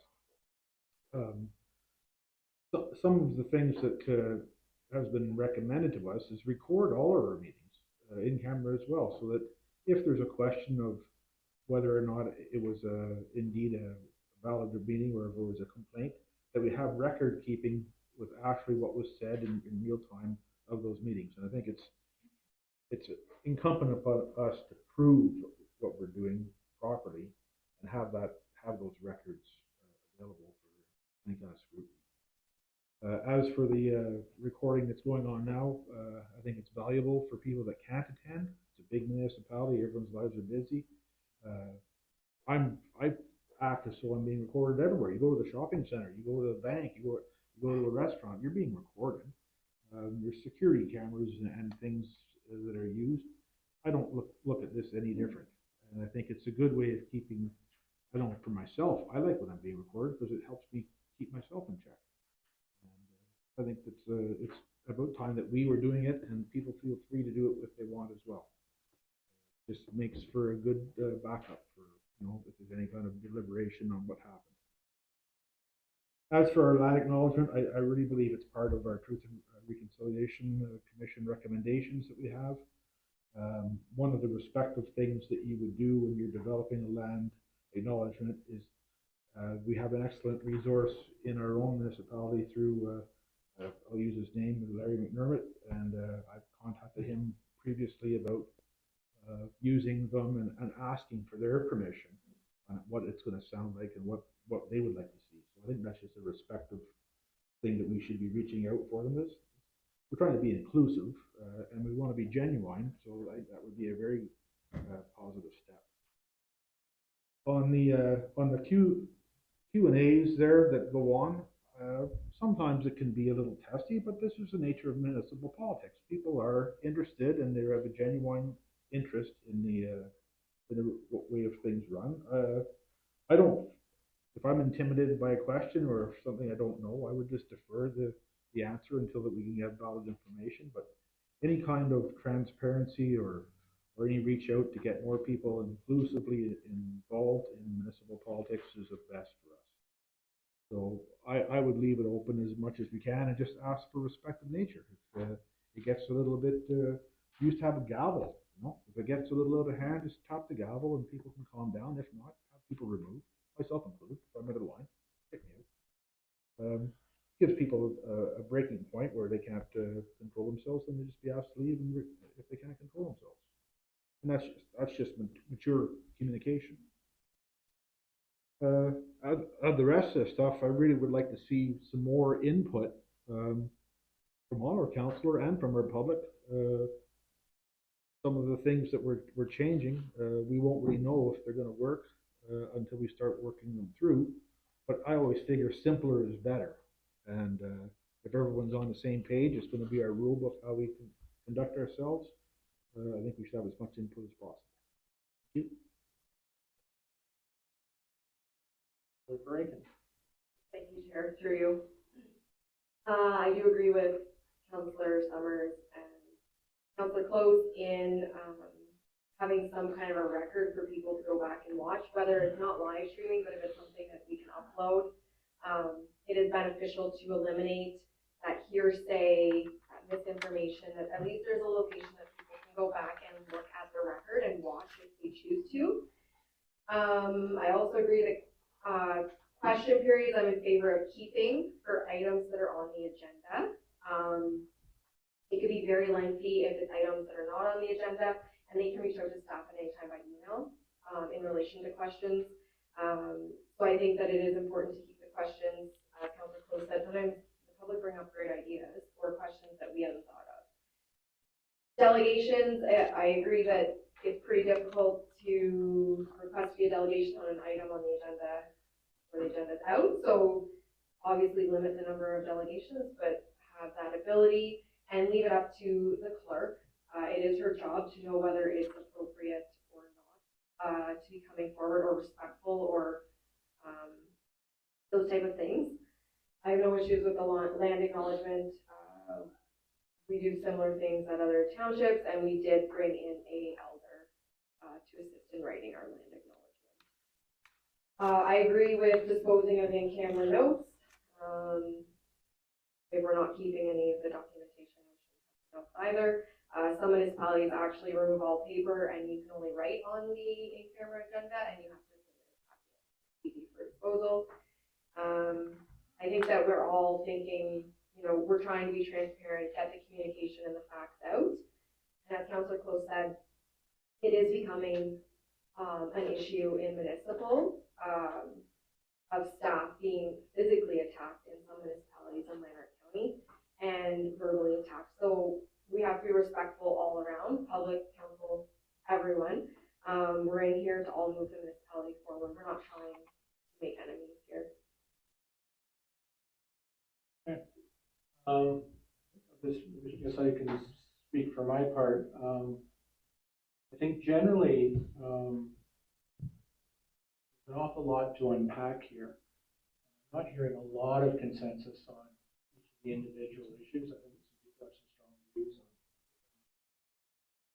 And it's good that we're all expressing and getting another point. I worry about taking this to council. Appreciate that it means we can put out a public notice.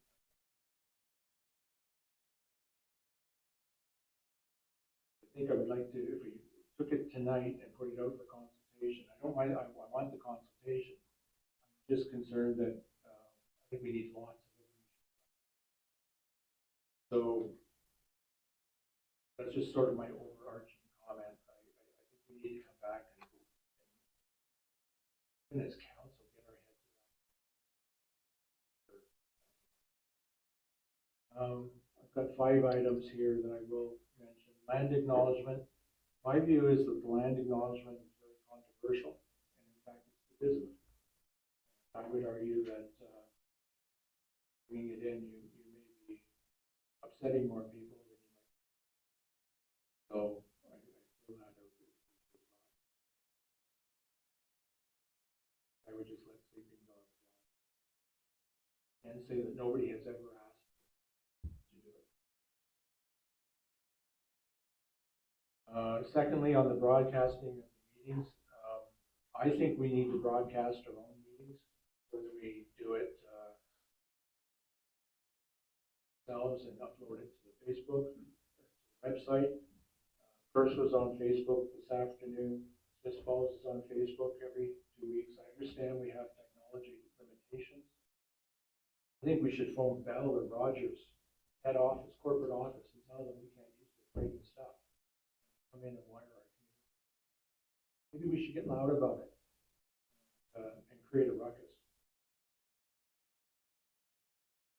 Maybe we should buy Starlink. Works great for me. Buy it, throw it up on the roof, and $199 we could be showing Facebook to everybody. Broadcast meetings. So that's I think it's important that people can tune in. Clearly, a lot of people don't attend council. People will come when there's a hot issue.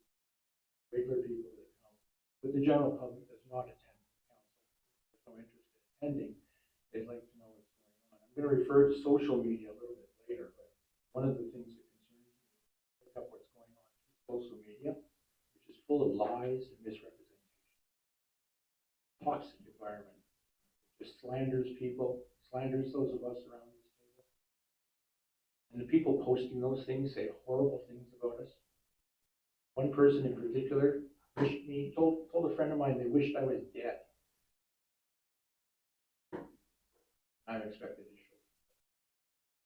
Can you believe a person would say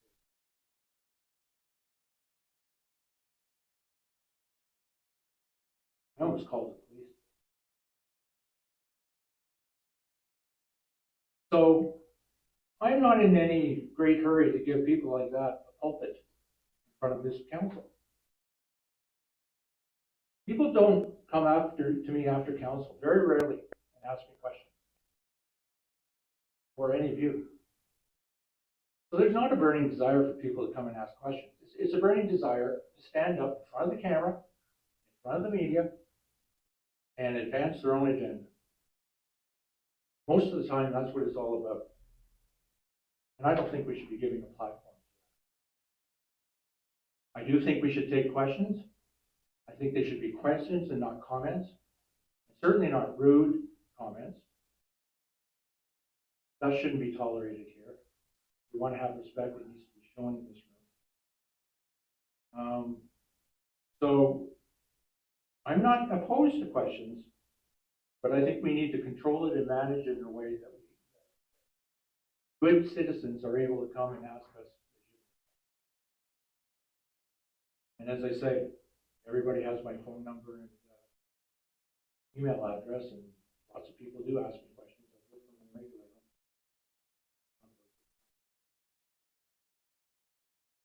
regularly. Recording in-camera meetings, I agree with that. I think we should get on to that. I'd love to have a record of our in-camera meetings. And that's the best way for us to know whether we're on the right track. Delegations, I think we should encourage as many delegations as we can handle. And I know that time is of a precious commodity. Meetings can go on for hours and hours. I'd like to see maybe we could, I was thinking maybe we could cap presentations, I'm going to say 5 minutes. But then we could say that we could take 3 or 4 in one night. So that there's a 15 or 20 minute window. So if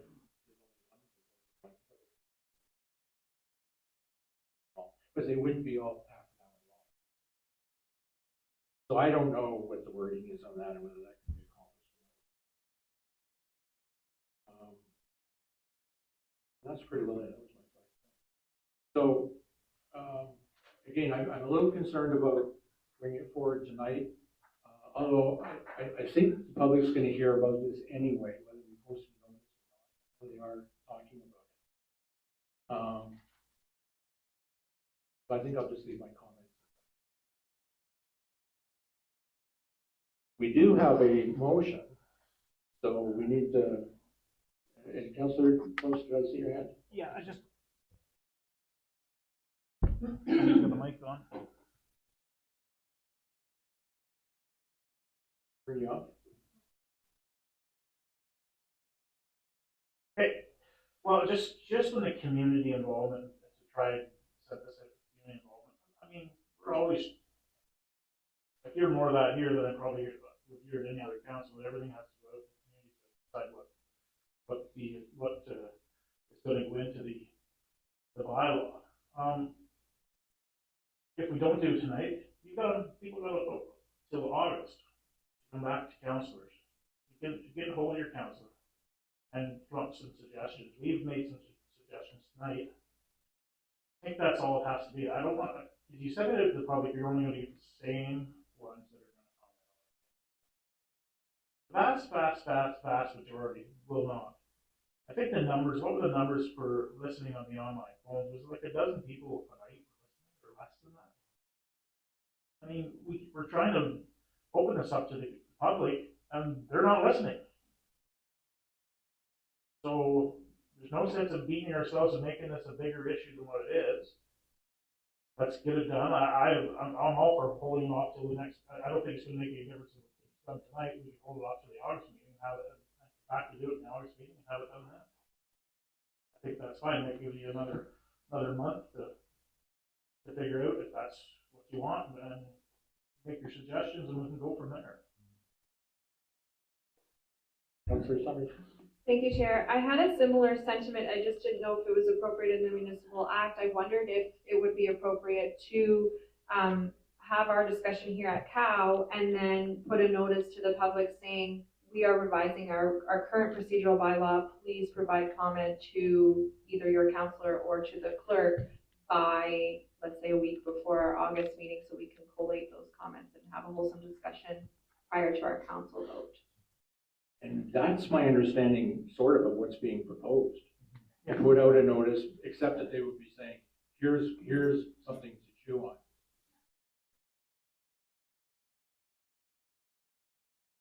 Want to speak for CAO, but I think I have. That's correct. So the intent of the notice is, so in accordance with section 10 of our procedural bylaw, we have to issue notice to say that we're just amending the bylaw. So with the summer recess coming up now, it would be great to get the notice out. And then my suggestion would be to have comments maybe sometime in July, not just maybe a week before, so we have time to compile them, look at them. We can bring back some information about that to council at the first August meeting. That was the intent. Councillor Close, and then Reed. Just had one other thing, Councillor Roberts brought that up with the closed meeting stuff. We've got to have faith in our staff to determine if it meets the criteria for a closed meeting. They're not putting stuff in a closed session that doesn't qualify. I mean, I think we've had that. We went down that road before where, and I agree with Councillor King, we should be recording, be in camera, the municipality should record and keep that recording. That's a log of what has happened. So if there ever is a question, we can always come back to it. But I know we've been questioned in the past, and every time we've been questioned, municipalities have been found to be in the right. So I have faith when something's on the agenda for in camera, there's a reason it's in camera. It's not to hide it from the township. It's to protect the residents and protect their interests. Councillor Roberts. Yeah, there's no reference to staff at all in my comment. Clearly, when you look at the agendas and you see it pre-populated, and probably have it in those are records, okay? It alludes to that. Obviously, if the councillor is making the motion to go to camera, that he knows what the in-camera session is about, and he agrees that it should be held there. And that's not the truth. The truth is, we don't know what we're going to meet in the in-camera session. It's got nothing to do whether staff makes the decision or not. It's just that it forensically looks as though that the council has an idea of what they're doing, and that's far from the truth. The we go in blind, and then we discover the content of the issue and have to do several things at the same time. Analyze whether or not it meets the exceptions, and that's what the ombudsman does. Okay, is that when we have complaints, it's because it doesn't meet the exceptions. They are very specific. Some municipalities don't go into camera for a whole administration. We've had sequential camera sessions, we've had camera sessions for 4 hours. Those are not the types of things that we should be doing. I think if we have something that's confidential, it should be brought in. If we have something that's training or for solicitor purposes, or the sessions are quite short. I feel comfortable seeing my name with move-in camera recommended. I have no idea what we're doing. And a lot of those things that we do are open to scrutiny, and that's the transparency that the problem that we have. So there's got to be a mechanism done properly so that when we do go into camera, we have a chance to analyze our own conduct, so we have our initial conflicts of interest and our ducks in order, and that we have an idea of what we're going to deal with, so that we have some topic at hand. Maybe I just comment on that. I hear what you're saying. However, the practice on all of the boards and committees that I've ever sat on in my life has been that you go into camera and then in camera. You have an opportunity at that point. Feel it shouldn't be to have a discussion at that time. Right? Whether it's the county or the conservation authority or the library or any of the boards of directors I've sat on. You can't disclose the subject without breaking the confidentiality. It's sort of a catch-22. So I've always taken the motion to go into camera. First order of business is to look at the agenda and approve the agenda. If we don't approve the agenda, we go back. A comment from CEO. So I think the other aspect to Councillor Roberts you mentioned is moving the motion to go in camera, and therefore that insinuates of. And I can completely appreciate how that would look and feel in a sense. But the intent of moving a motion is actually to get the motion on the floor for discussion. But I can understand how that can be confusing a little bit sometimes, because generally when we have a member who wishes to move something, it's that, listen, I'm in favor of that, I would really like that. The actual intent of moving a motion is to get it moved onto the floor, get someone to second it, have a discussion about it. So it's mostly about having a discussion, and then you can actually vote on that motion. So even if you were to be the mover of the motion, just to get it on the floor, but then you still retain the right to vote. McLaren? Yeah, to confirm what Amanda had said earlier, this is draft proposal. This isn't what's going to be set in stone. So, and if we have the go forward with it tonight at council, so then we have a lot longer period before we discuss it in August, as opposed to the minimum days we have to wait until August. Okay. Sound better? And the other thing too, if you remember, Bill, at the county, we get absolutely almost no input from public at whatever we do. We changed the procedural bylaw, it's council only.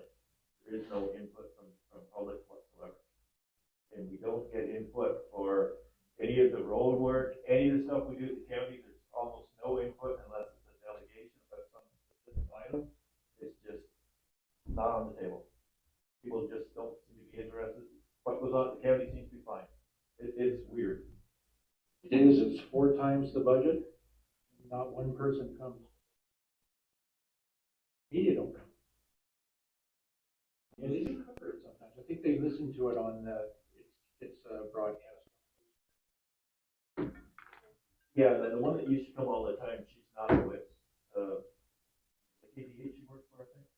She's on another job. And we haven't seen her for. Jeannie, and then back to Councillor Roberts. Well, I was just gonna make the motion. Roberts?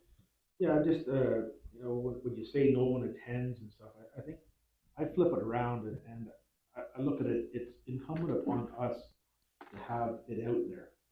Okay, whether or not they're going to attend, that's totally their prerogative, but I think we should be making it abundant and easy for people to interpret, attend, view, record, observe, make it as welcoming and easy for people to do that, and maybe they will start to attend. It can be intimidating for some people to speak, it can be intimidating for some people to attend, and it can be inconvenient. I think the onus is on us as having transparency as a benchmark for our operations to produce as many opportunities for them at all, and not take the view that because they don't attend, we don't have to produce anything for them to attend to, because it's just a waste of time. I think it's incumbent upon us as a democratic institution, and is basically the only part of being democratic of the operation that is part of this debates here in public, to allow people as much opportunity, as much information as possible. And that goes over to the in-camera stuff. If we made a mistake and we left it in the open session and it was an in-camera session, there's no penalty. There might be, you know, if we slandered somebody or we did, so it'd be a mistake. But when we go into in-camera and it's not, there's actually an investigator that investigates us and is trying to make sure that we don't go into in-camera unless it's absolutely necessary. So I think I've sort of maybe that's why I'm the black sheep. I'm always on the other side of the fence, but I'm looking at those things, trying to be as open, transparent, and inclusive. And if we happen to make an error where we put something out there that's a little sensitive, you know, we have sort of a second thought, say, no, that should be in camera. And we do that in an open session. We say, oh, looked at that, we should be at that point the camera instantaneously and remove those things from the air. Anyway, just my inputs there. Okay, thank you. So we have a mover for a motion. We have a seconder. Don't know what the motion is. I'm going to read the motion. The motion says that procedural bylaw 2012-1205 be repealed and replaced as outlined in report COR 2023-10, procedural bylaw amendments, and that the notice of the amendment to the procedural bylaw be provided. Further, that this matter be brought to the council meeting of June 27th in order for the notice to be included in the local newspaper next week. I'd like to amend that to just be the draft. Indicate that it's a draft procedure. So maybe before it, where it says as outlined in report, blah, blah, blah, we could say as outlined in draft report. Just something that indicates that it's a work in progress. Or Amanda suggesting the words in principle.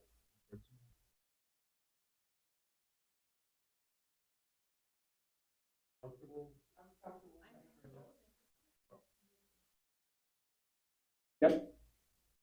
Can I just clarify that that means that there's still room for discussion after we've consulted the public and thought about it over recess? So it would be just like to approve it in principle, excuse me, issue the notice, get the comments, and bring something.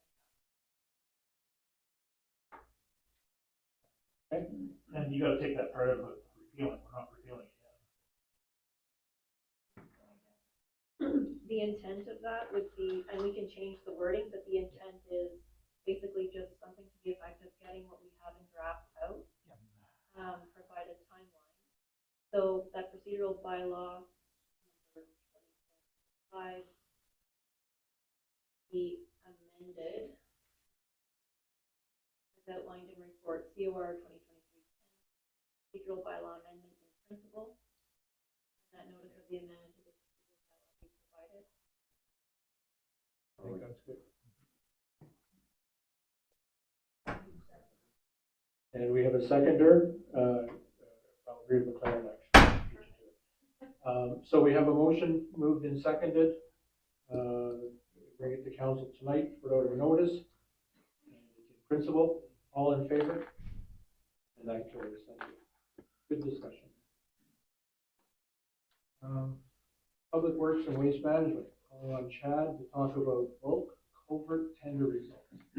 Thank you, Chair. So staff put together every year, Public Works Department purchases culverts for replacement and stock, whether it's, well, stock for an emergency or washouts that seem to happen annually.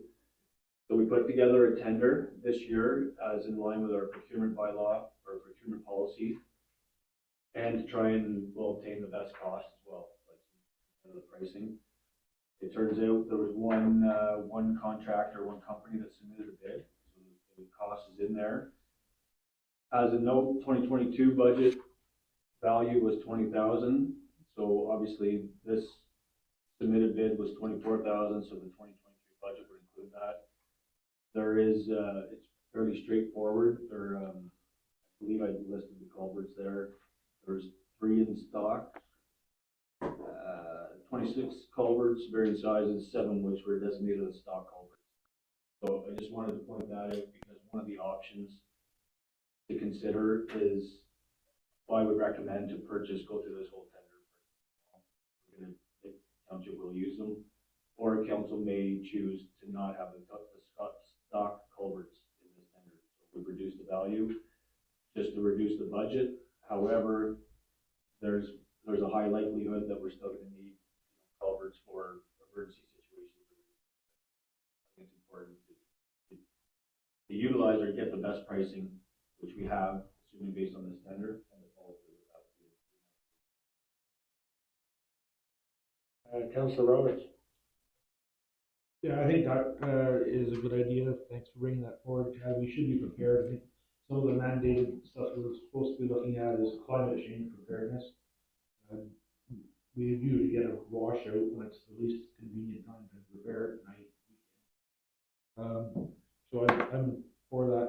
The only other thing I would suggest, or maybe is the update of the amounts in our purchase procurement to allow you the flexibility to grab stuff like this without having to bring it to delay in count. I think we're at $10,000. So it's sort of outdated.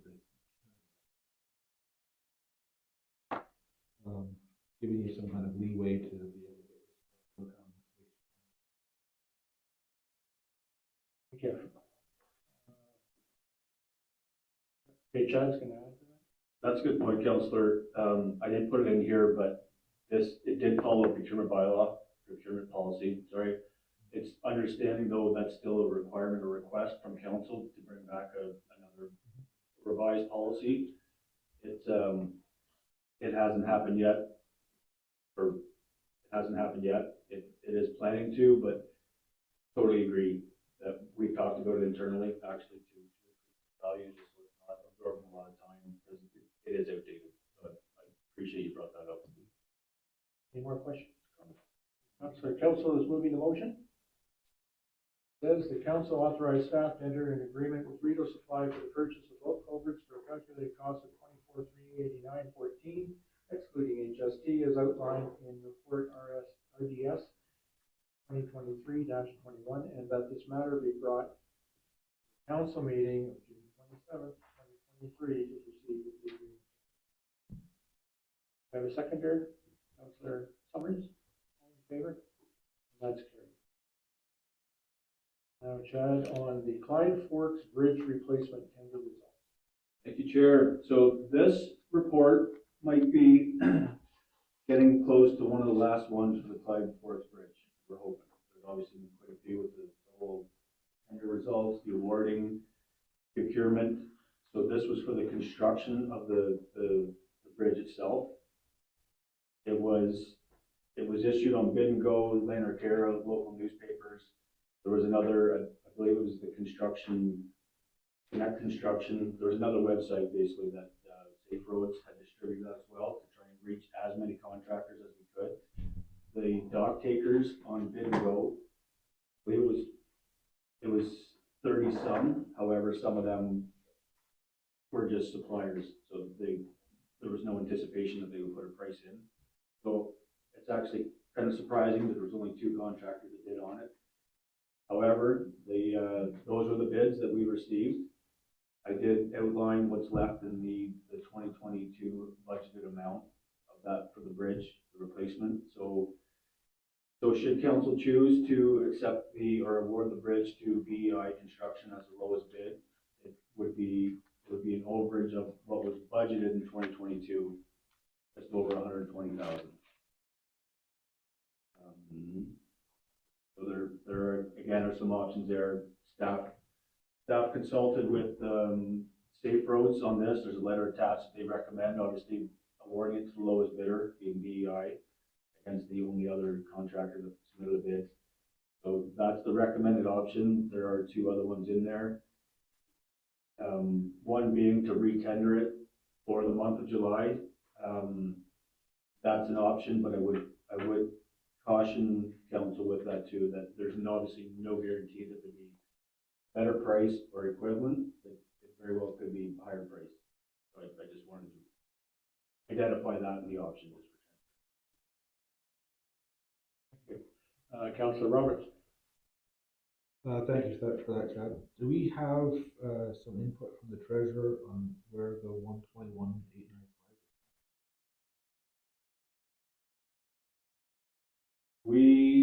We briefly spoke on this, like basically understanding the original 1.5 million was to be a venture. So I think what we're going to do is to look at the budget, like itemize each one of these when we meet. That was a discussion. It very likely could be financed as well. I mean, I don't know if we have a solid answer right now, but I think obviously we'll discuss that during the whole budget.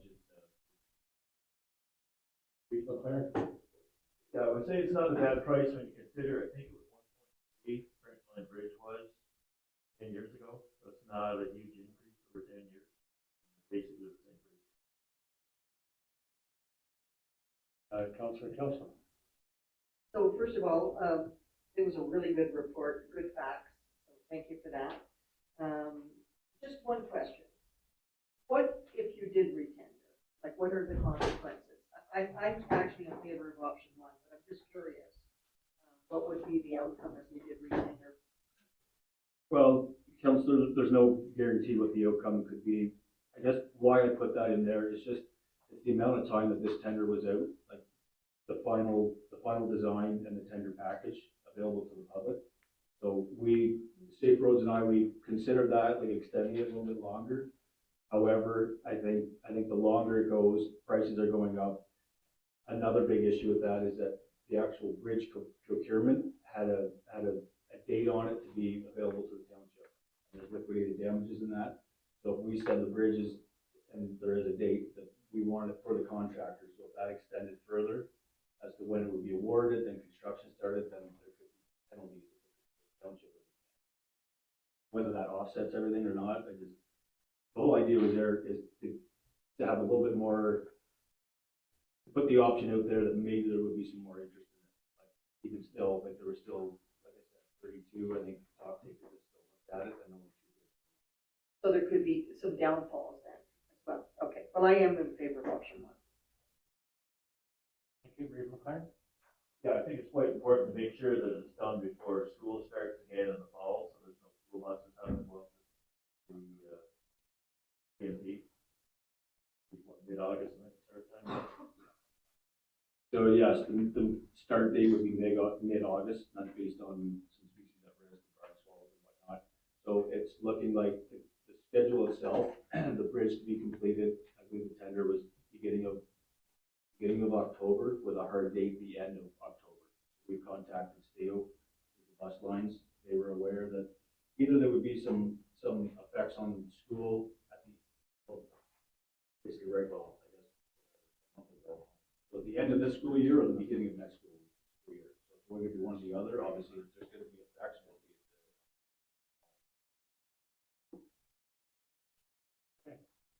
Councilor Brayton. Moving the motion is Councilor Brayton. Council authorized staff to enter an agreement with Lanark Excavating Inc. for the replacement of the Clyde Forks Bridge for an submitted cost of $994, $945, excluding HST as outlined in report RDS 2023. That the manager of Public Works is authorized to issue any and all change orders as required to prevent delays and claims against the town. That this matter be brought to the council meeting June 27th, 2023 to proceed with the agreement and construction preparation. That is seconded by Councilor Kelso. All in favor? That's carried.